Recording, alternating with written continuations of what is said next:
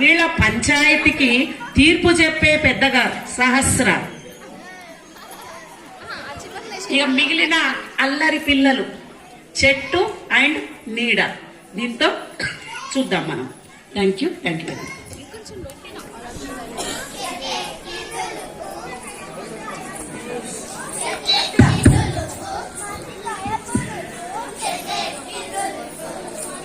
ఎవరాది నా చెట్టు కింద ఆడుతారా? ఎంత ధైర్యం మీకు? మీ పని చెప్తాగండి.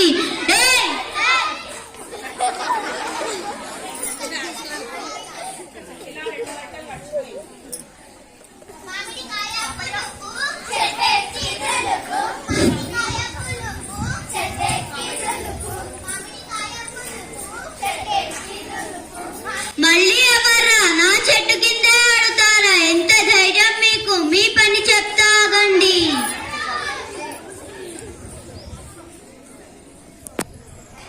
ఎవర్రాది పరాయి వాళ్ళ చెట్టు నీడలో హాయిగా కునుకు తీస్తున్నావు? లేగు.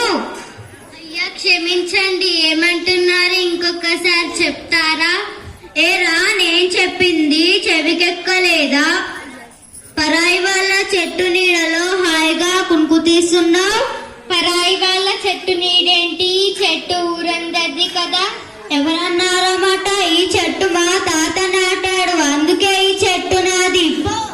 దారిన పోతూ సేద తీరడం తప్ప? అవును తప్పే. పో. ఈ చెట్టు నీడ నాకు అమ్ముతావా? వీడు అమాయకులు లెక్కున్నాడు. ఓ తప్పక అమ్ముతాను. లాగా ఉన్నాడు. ఎంతకు అమ్ముతారు? 1000 రూపాయలకు అమ్ముతాను. అమ్మో 1000 రూపాయల? చాలా ఎక్కువే. 1000 రూపాయలు ఇస్తే ఈ చెట్టు నీడ నీదవుతుంది. సరే తీసుకో. చెట్టు నీడ తీసుకో.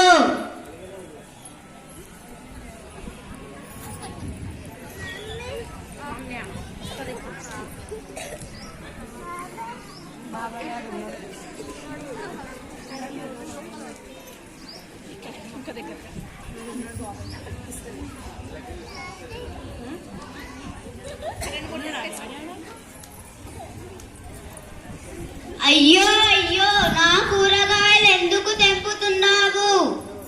నీడ పడింది అందుకే తెంపుతున్నా. అయ్యో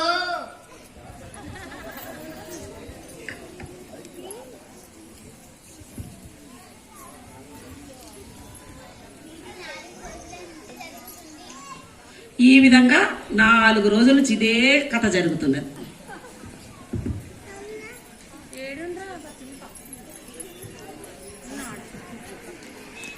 అయ్యో మళ్ళీ నా కూరగాయలు ఎందుకు తెంపుతున్నావు? మళ్ళీ మొక్క మీద నీడ పడింది అందుకే తెంపుతున్నా. ఈ సమస్య తీరాలంటే ఊరి పెద్ద దగ్గరికి వెళ్ళాలి.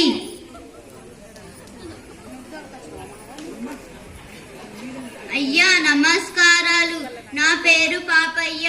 శివయ్య అనే అతడు ఇంట్లోకి వస్తుండు, వాకిట్లోకి వస్తుండు, అర్రలోకి వెళ్తుండు, తోటలోకి వెళ్లి కూరగాయలన్నీ తెంపుకుంటున్నాడు. మీరే చెప్పాలి, మీరే న్యాయం చేయాలి.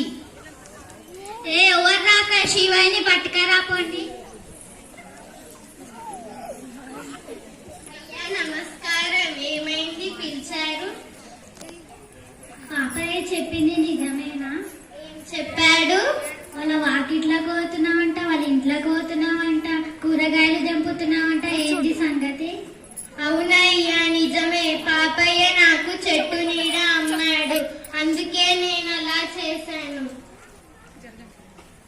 శివయ్య చేసిన పని సరైనదే. నువ్వే అతనిని తప్పు పట్టావు. కావాలి బాగండి.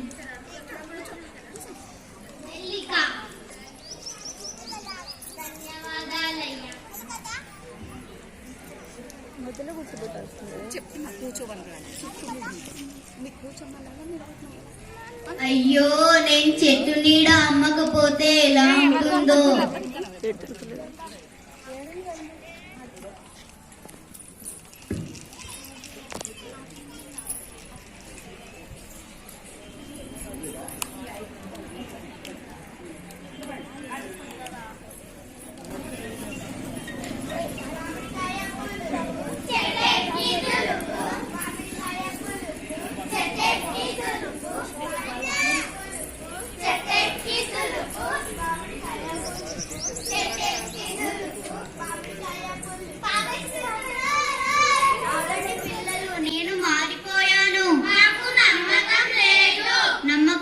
లేకపోతే ఊరి పెద్ద దగ్గరికి వెళ్ళి అడగండి.